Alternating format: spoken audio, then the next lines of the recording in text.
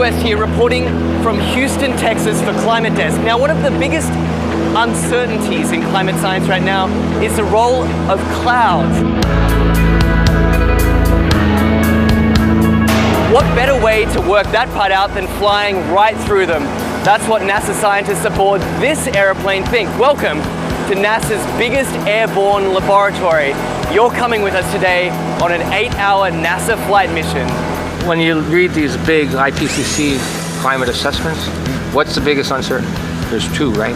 The role of aerosols and clouds. Clouds is probably bigger than aerosols. That is a piece of a puzzle that right now we are missing. You can't get the models right if you don't understand the chemistry and the process. Now we're being told we've got to get on. The doors are about to shut, so let's go aboard.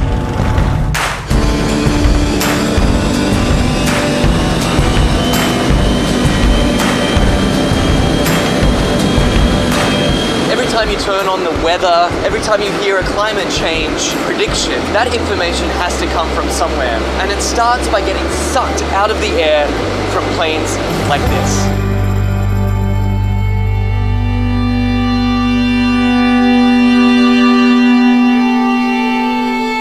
So this mission is to particularly try to understand the emissions from the surface, so mostly biogenic emissions, so from trees and other plants.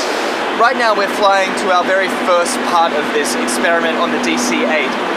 Over Arkansas, there's a particularly pungent bouquet of emissions that scientists are interested in measuring. Well, these emissions lead to both aerosols and to molecules that both destroy and create ozone. So these are very important things to understand for climate studies. How it will manifest itself, it will be in more accurate and more reliable predictions.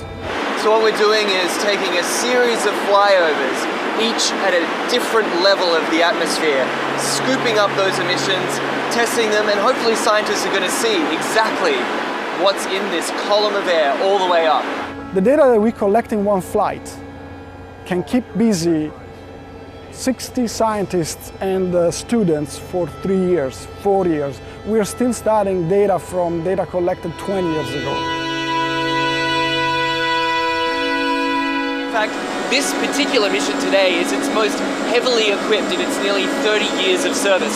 Each one of these consoles here is a specially equipped scientific instrument designed to collect all sorts of different data in real time. And this instrument here tracks the sun. We're looking at mist chambers. They're used to strip soluble gases. This black line is the CO2. It's about 390 ppm right now. We're putting these filters in the bags that we've got the aerosols that we trapped out of a certain amount of air. And so we're sampling up here about 150 liters a minute. That ultimately flows back into the operational models. It flows back into what goes on TV every day. Anyway, I got to get this sample going. You do it. It's a busy man at work. We can't let him rest. Well, get this. We've just spent 2 hours crisscrossing this one cloud formation. In, back out again, back in again. Then they grow, and we track them as long as we can, and then we let it go. Even one cloud can hold a host of answers to the mysteries of climate change. The patterns of, where the clouds are, what type of clouds we see, what kind of weather systems they're associated with it, that'll all be shifting in a shifting climate, in a world with climate change.